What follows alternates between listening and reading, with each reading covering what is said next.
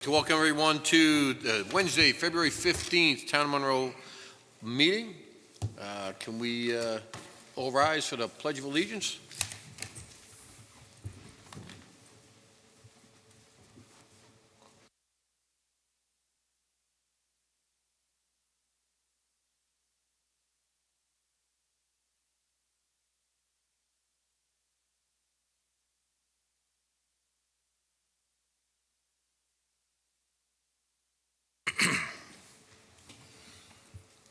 Okay, can I get a motion to open up the meeting for today, February 15th?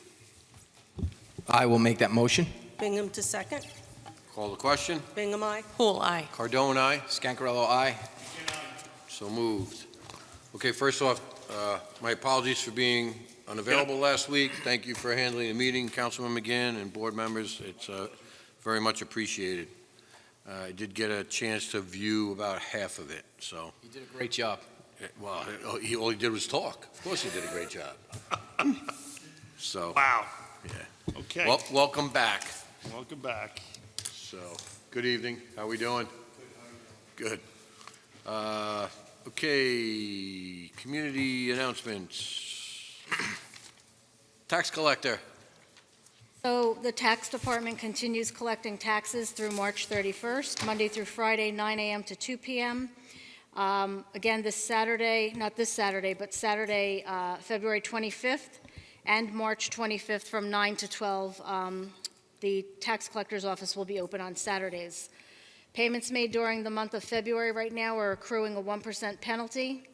Payments made during the month of March will accrue a 2% penalty and a $2 second notice fee. Payments must be postmarked no later than March 31st of 2023. After that, payments go up to the county, to the Commissioner of Finance, and to date, we are 84% collected. Okay, great job. Good. Great job. Thanks to you and the girls in the office there. Item 3.2, Councilwoman Houle, would you like to talk about the open house? Yes, so last year we held our first open house where we invited members of the public to come into Town Hall, and we had tables set up with the different opportunities here in the town of Monroe and the village of Monroe and the village of Harriman to serve and take advantage of. The Parks Department was here, Smith Clove Park was here, the Senior Center was here, the historian. So we're going to do it again this year. We had originally hoped to have it on Wednesday, March 1st, but it looks like it's not going to come together in time. There's been a couple of, I've had a personal setback. So I think we're going to put it off to March 29th. Yes. So March 29th, we'll be inviting everyone in and take a look on the town's website for details and the Facebook page, the photo news. We'll have plenty of stuff out there. Thank you. And I'm sorry I was remiss in introducing the esteemed David McCartney from Ferrick Nugent McCartney. Thank you. You're one of Brian's partners, correct? Yes, sir. It's not a sole practice, right?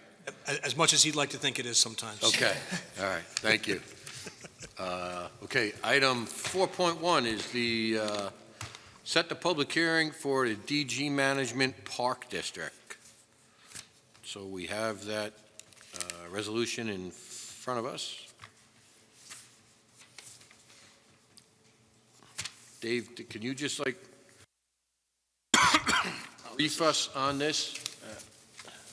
Yeah, this is in regard to DG management. It's the in order to create the park district, it needs an order for that. You have to create a public hearing first, and it has to be an order setting the public hearing.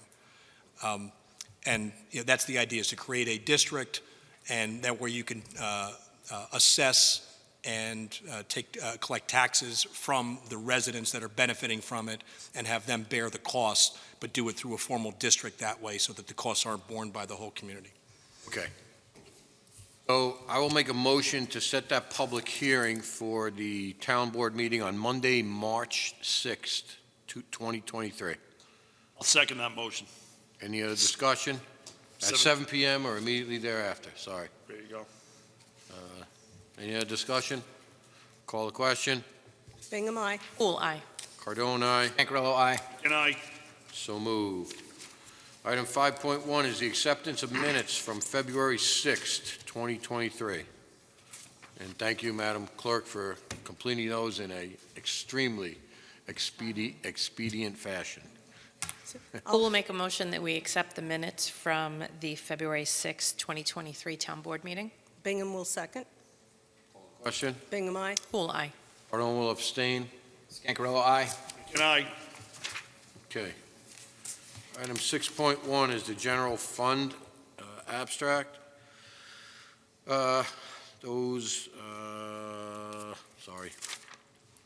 Town Board, Town Monroe requests approval of abstract 23-03 containing checks 29803 through 29828 totaling $11,401.11. I will make that motion. I'll second. Any discussion? Sorry. Call the question. Bingham, aye. Pool, aye. Cardone, aye. Cancarello, aye. Good night. Okay. Item 6.2 is cash transfers to the investment funds.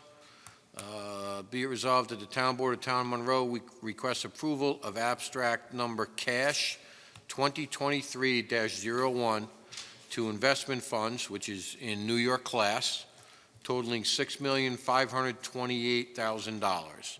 There's a list here on the abstract, which includes all the different portions of that transfer. So I'll make that motion. Bingham to second. Any questions? Call the question. Bingham, aye. Pool, aye. Cardone, aye. Cancarello, aye. Good night. Okay, so moved. Item 7.1 is a resolution accepting the resignation of John Mulligan, who is the working supervisor at Smith Clove Park, effective February 22nd, 2023. John has been approved for the position of Heavy Equipment Operator 1 at the Highway Department by a Town Board resolution dated February 6th, 2023. I'll make the motion. I'll second.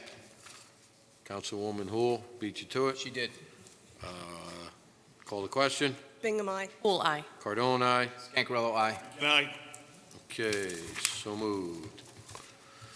Okay, item 7.2 is the award of bid for the seepage cleaning and hauling services for the Moodna Basin Joint Operations Commission. I had spoken to Brian Smith. Everything was required to be in on or before February 6, 2023. And they, based on Brian's assessment and our agreement, us in agreement, he would like to accept the bid for United Sewer and Drain Service Corp. Their bid proposal was anywhere between 15 to 17 cents, 16 and a half cents cheaper than the second bidder in the process. That acceptance of that is subject to a waiver of subrogation and additional insured for completed operations in favor of the town of Monroe that also be evidenced on the certificate of insurance. I'll make that motion. Second. Any discussion? Just in case there's a misunderstanding, the reason we're accepting the bid is because the town of Monroe conducts the finances for Moodna, and thus it has to be run through our books. I mean, it's our books, but Moodna's has a separate set of books. So call the question. Bingham, aye. Pool, aye. Cardone, aye. Cancarello, aye. Good night. Okay, so moved. Item 7.3, the water guru of Monroe, and I know she's been working really diligently over this past few months on different aspects of our water districts. So it's the engineering agreement for Water District 1 tank and pump house modifications. Councilwoman Bingham? Right, so for about 25 or 30 years, I've been hearing, Water District 1 needs some work on their pump house. Water District 1 has no pressure tank. Let's weld the pressure tank together. The pumps aren't working. So finally, we've been having monthly water meetings, And one of the things that came up is that this is desperately got to be addressed. Otherwise, there might be issues because you need Board of Health approval, so it's going to take a while. So basically, the town is going to replace the booster pumps and failing hydro-pneumatic tanks which supply potable water to the Village of Monroe's Town of Water District Number 1. Begui Hauser Etzel, our engineering firm, will evaluate, design, and submit plans to the Orange County Department of Health for the replacement of the existing process piping, pumps, and hydro-pneumatic tanks within the existing building to install a variable frequency drive booster pump skid consisting of 2 pumps to maintain a consistent pressure within the existing distribution system. Additionally, Begui Hauser Etzel will prepare a design of the insulation necessary to comply with New York State Building and Energy Codes. Begui Hauser Etzel shall retain the services of a sub-consultant to design the replacement of electrical components and wiring, including the wires from the weather head, including the meter pan, electrical panels, and breakers, including wiring to the proposed booster pumps, new lights and outlets as required in the existing building, and installation of a manual transfer switch for backup power and electric heater. Heat and ventilation will also be provided. So there are basically 2 parts. One part is the design, and the agreement that I will make a motion for later from Begui Hauser Etzel is $15,000 for the design, and the building insulation and finishes will be approximately $10,000. So the startup costs are going to be $25,000 plus expenses. So I'll make a motion to authorize the supervisor to sign the agreement between the Town of Monroe and Begui Hauser Etzel for engineering services for Water District 1. I'll second it. Seconded by Councilman McGinn. Discussion? Call the question. Hingham, aye. All aye. Cardone, aye. Scancarello, aye. Good night. Nice going, Mary. So moved. Thank you, Mary, Mary, great. for all your efforts.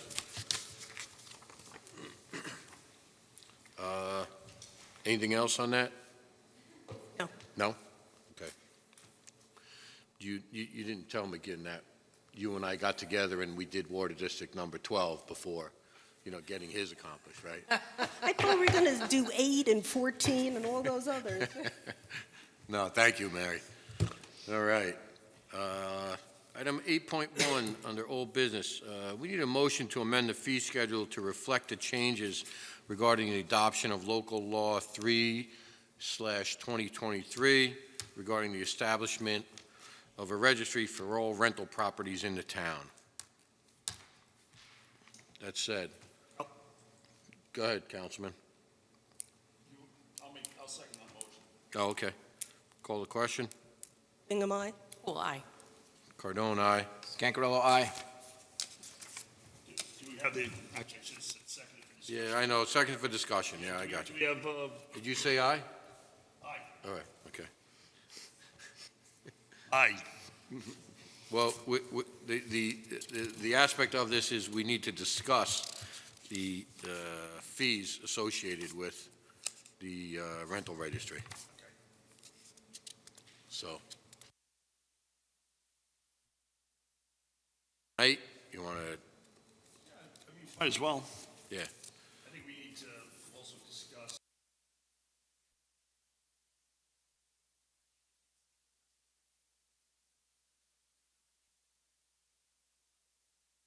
What we're going to give the rental property owners,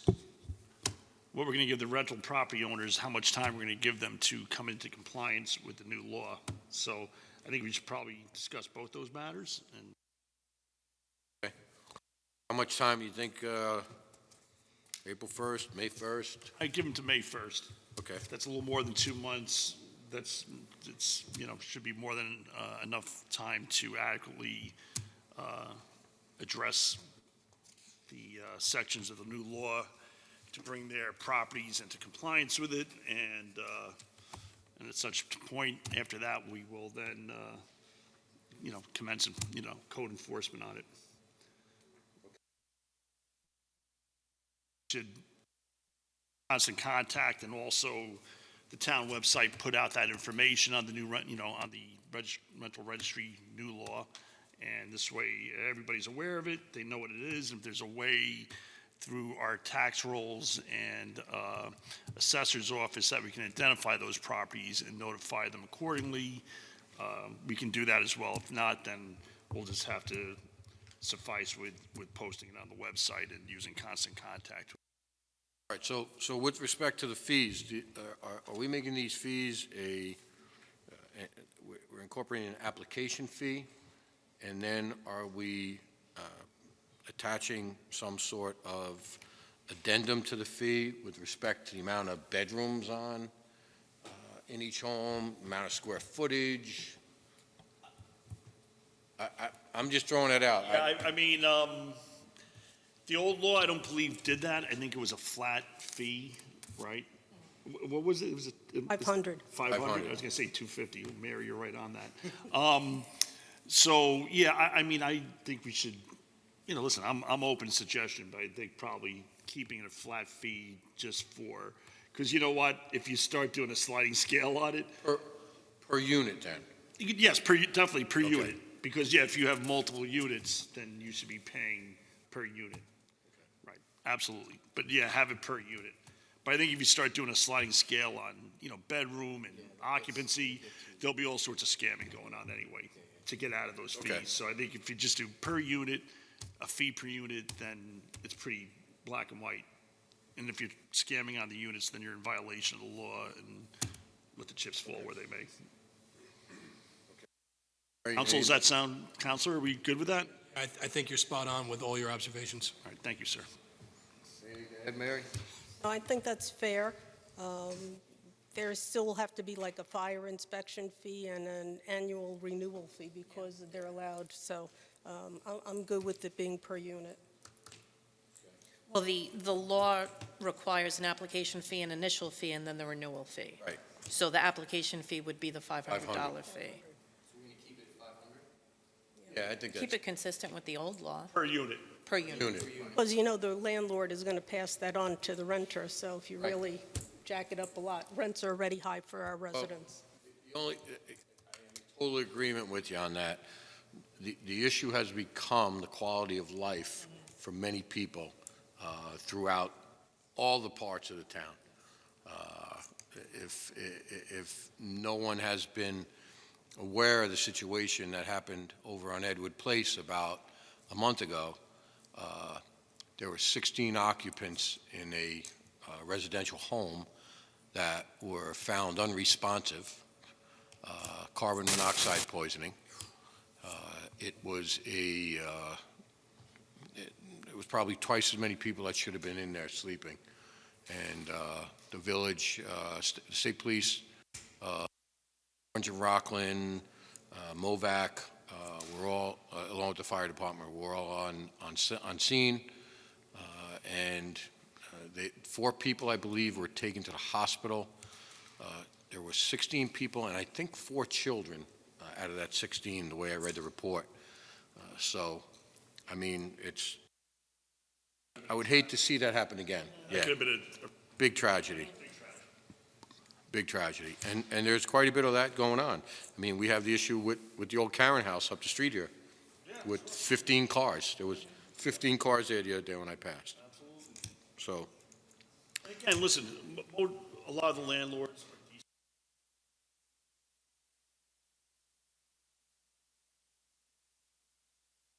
But unfortunately,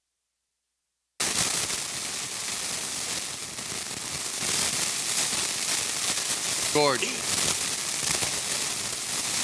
Hey, Pat, can you shut, I think it's that mic. Pat, no, we got it. We got it. Let him handle it. Thank you, though. Appreciate it. Thank you. Yep, that's it. Pat. Thanks, Well Pat.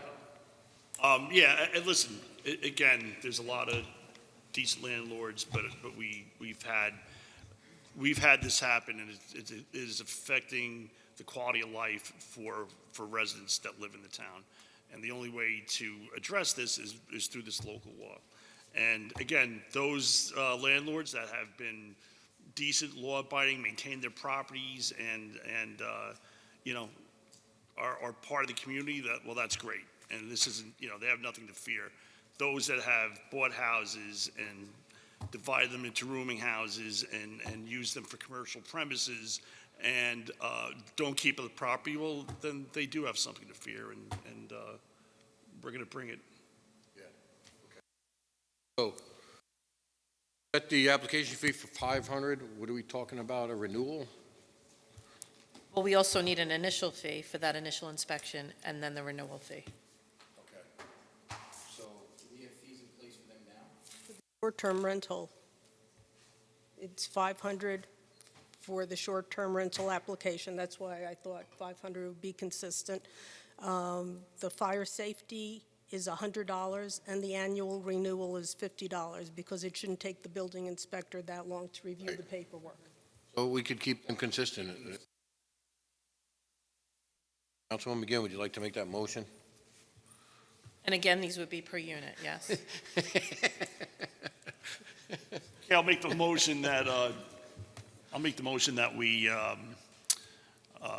first and foremost, that we hold off enforcement on the new statute until May 1st. And secondly, we affix the fee at $500 per unit. And what was the renewal again? I'm sorry. 100? 50 for the 50. renewal. And 50 per unit for the renewal on an annual basis. And 100 for The initial. initial Right. And inspection. 100 for the safety. initial inspection, which includes fire, correct? Right. That includes fire, or was fire separate? Oh, that is includes- That's the fire fire, safety. yeah, the fire That's the inspection, I'm $100. sorry, yeah. And 100 for the fire inspection. That's my motion. Who will second? Oh, you're a little late tonight. All right. Any You other get the next one, discussion? Sal. Call the question? Bingham, aye. Whole aye. Cardone, aye. Pancarello, aye. Again, Okay, and then, Councilman McGinn, what was the other item regarding this that you had said, the May 1st, yes. the, I think I just period. incorporated it into the Oh, you one did? motion. Yeah, It was in the Okay. motion. Yes, All it right, was. sorry. all one motion. Okay. Okay, so we'll move on from that. Next up, I put on the agenda the Lake Sapphire Drainage District, essentially for discussion. Brian and I have been discussing this. Brian's got, and I know Dave is pretty well versed in it as well. Brian's got an opinion from the State Controller's Office regarding how we can set this up so that basically any fees associated with the drainage district are incurred on the homeowners in the association's taxing district.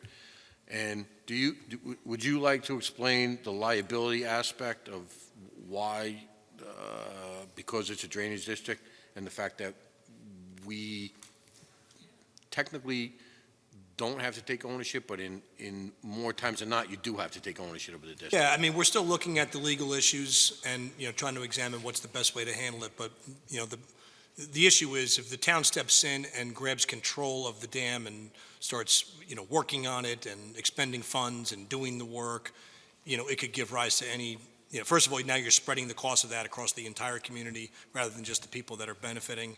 And it creates a potential liability, certainly, if something goes wrong in regard to either the work being performed or anything down the road. And so we've been exploring this other avenue of maybe creating the drainage district. And, so long as there's the town benefit, and the town benefit appears to be, look, if this thing fails, it's going to create some problems for town roads and other properties downstream. But the dam itself is a privately owned dam, so we don't want to step in and do the work. So how do we deal with that situation when, the residents around the lake, Sapphire Lake, and the homeowners association are the ones primarily benefiting, from the dam? Sapphire Lake wouldn't exist if the dam didn't exist. So the idea is, let's look at the creation of this drainage district where we can make sure that the required work gets done without having the legal liability and making sure that the cost of it is placed upon the people that are benefiting from it. It's a work in progress. I know that the water level has gotten up almost to its previous level. So I know they were asked by the DEC to drain it down, and I think they have still been lowering it. I actually was asked by Eric Vanderpool to go out in a rowboat with him yesterday, and I at the time he was going out, I couldn't do it. So that's where we're at with the Lake Sapphire Drainage District. Okay.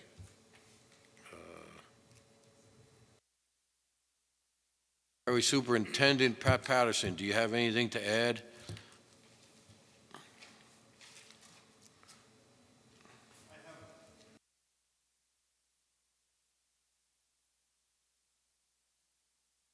How's that? That's better. There you go. Okay. So, first thing I'd like to bring up is in regards to the construction on Barry Road. The Village of Monroe set up approximately 20 speed enforcement details on that road. They issued 20 speeding violations and a few other traffic infractions. This does not include the state police that were also out there. The gentleman that is the contractor up on Barry Road, every time that we had a problem with, that we heard about speeding trucks, what people thought were speeding trucks, and there was no violations for trucks on that road, even though we thought they were going rather fast because they're so big and they were getting a run for that hill. Every time I spoke to the contractor, he was diligent on getting situations resolved. The first time was going up Berry Road, the narrowness, the trucks passing each other. So a resident actually came up, why don't we send them up Cedar Cliff in that way? And he looked into it. The next day, the trucks were going up Cedar Cliff. There might have been one or two stragglers, but as soon as the contractor saw them, he was on the phone and getting them off of Rye Hill and Berry Road. He's been excellent to deal with, and we had another complaint about trucks lined up on Berry Road. The gentleman, I called him up. They had a problem with their soil. They were all pulled over. He pulled them off the road, and I told him put up construction signs, and he did. So he's been very, very compliant when I speak to him. So Val and I have been the ones that are fielding the calls on this, and it's worked out very well for us. So Good. Else? yeah, I just want to again remind people, the residents, that we are out trimming trees right now. We have to do it because the cost of fire trucks are probably getting up there in close to $1 million range. School buses, highway trucks, delivery trucks, buses. It's just, we're scratching them. We're destroying $1 million trucks. So we are out trimming. If you have any questions or concerns, please contact the highway department, and we'll answer any concerns that you might have on it. But there is an umbrella that we use that's basically, we try not to go too far in, but we try and go 10 foot off the road, 15 to 16 foot high with our trimmings. People's hedges are in the road. We had a tree that was blocking a quarter of a lane in one area of town that we took care of that. And I think everybody is, for the most part, very happy that we are trimming trees right now like that. So there was up to Raywood, because I know there was you and I had gone up to Raywood Drive, and there was an area up there that they were 4 or 5 feet, the brush was into the road. yes, they're working that whole area of town, so. All right. A quick question, Pat. Yes. The bucket truck is being very useful then? Yes, it's being Yes. very useful. And another thing about the bucket truck, now that you brought that up, Mary, that we're working very closely with the village right now. Aldo and I are working side by side. If we need something, they're right there for us, and vice versa. So next week, you'll see, the board will see, and the residents will see our bucket truck working over across from Sacred Heart, helping the village take down a big tree over there with one of our employees operating a bucket. So it's been great to deal with Aldo. So Prayers go out to Larry still, but Yes. Larry was wonderful to deal with as well. absolutely, Yeah. absolutely. That's how I got my start and Aldo and I got closest through working with Larry. So, and Thank you. Thank you for all your Pat. diligence and hard work. Good job, Pat. Okay, we do have to go into executive session, but we'll go to public comment first. Earl Hawkshurst? You're good?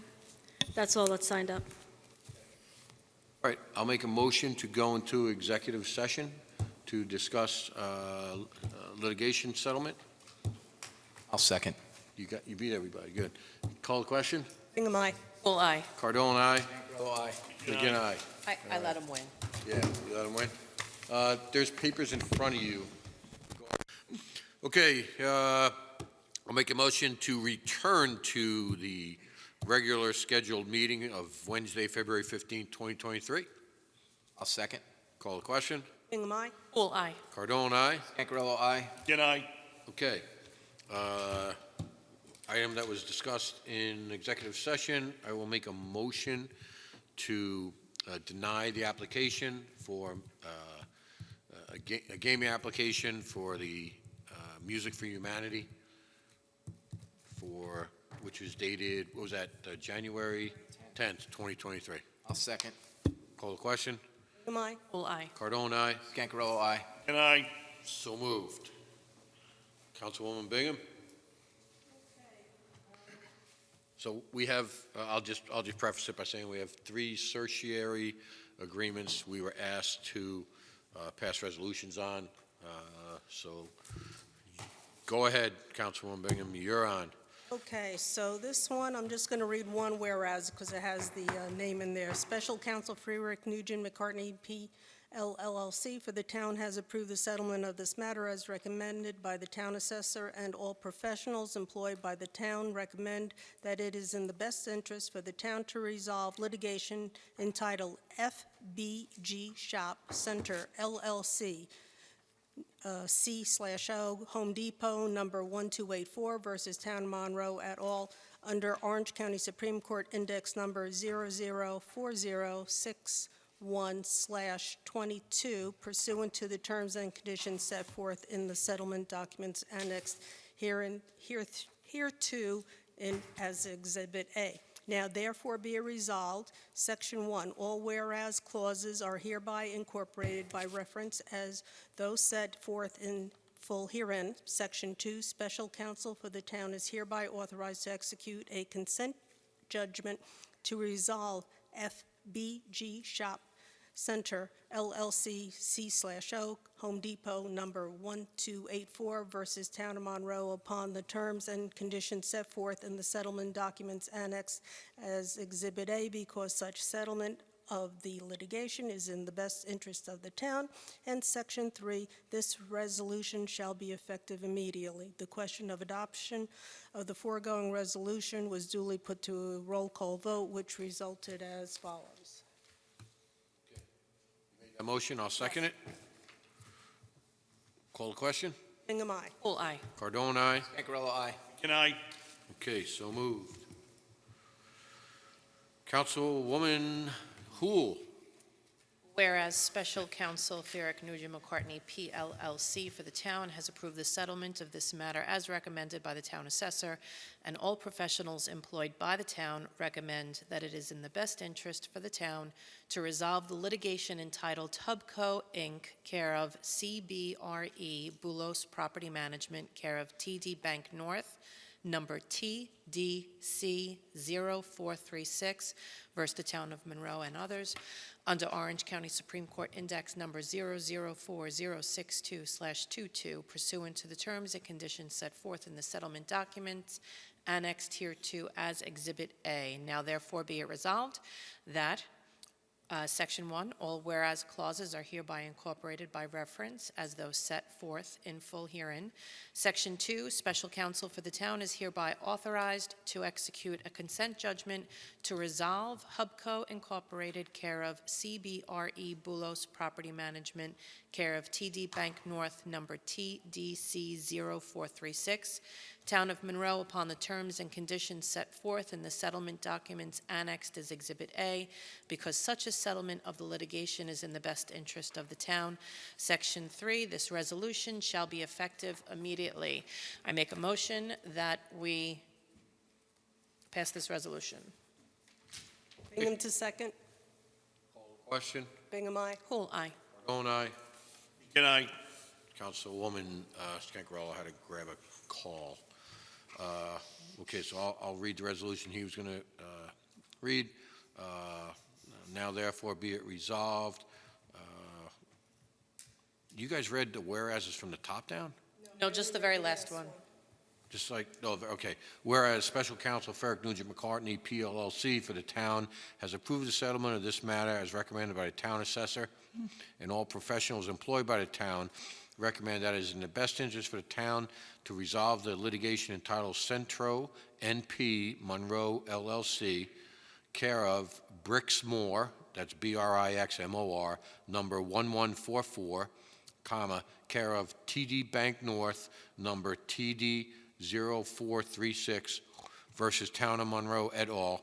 Under Orange County Port Supreme Court Index number 004056/22 pursuant to the terms and conditions set forth in the settlement documents annexed hereto as Exhibit A.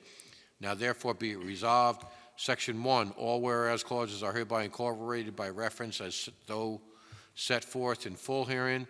Section 2, special counsel for the town is hereby authorized to execute a consent judgment to resolve Centro NP Monroe Plaza LLC, care of Brixmore, number 1144, care of TD Bank North, number TD 0436, versus Town of Monroe upon the terms and conditions set forth in the settlement documents annexed as Exhibit A, because such a settlement of the litigation is in the best interest of the town. Section 3, this resolution shall be effective immediately. Call for a vote on that resolution. Oh, I need a second. I'll second. Councilman Scancarello seconded. Call the question. Bingham, aye. Full aye. Cardone, aye. Scangarello, aye. Again, aye. So moved. Any other business before the board today? No? I will make a motion to adjourn at 8:24. I'll second. Call the question. Bingham, aye. Full aye. Cardone, aye. Scangarello, aye. Good night. So moved. Do you have copies of those?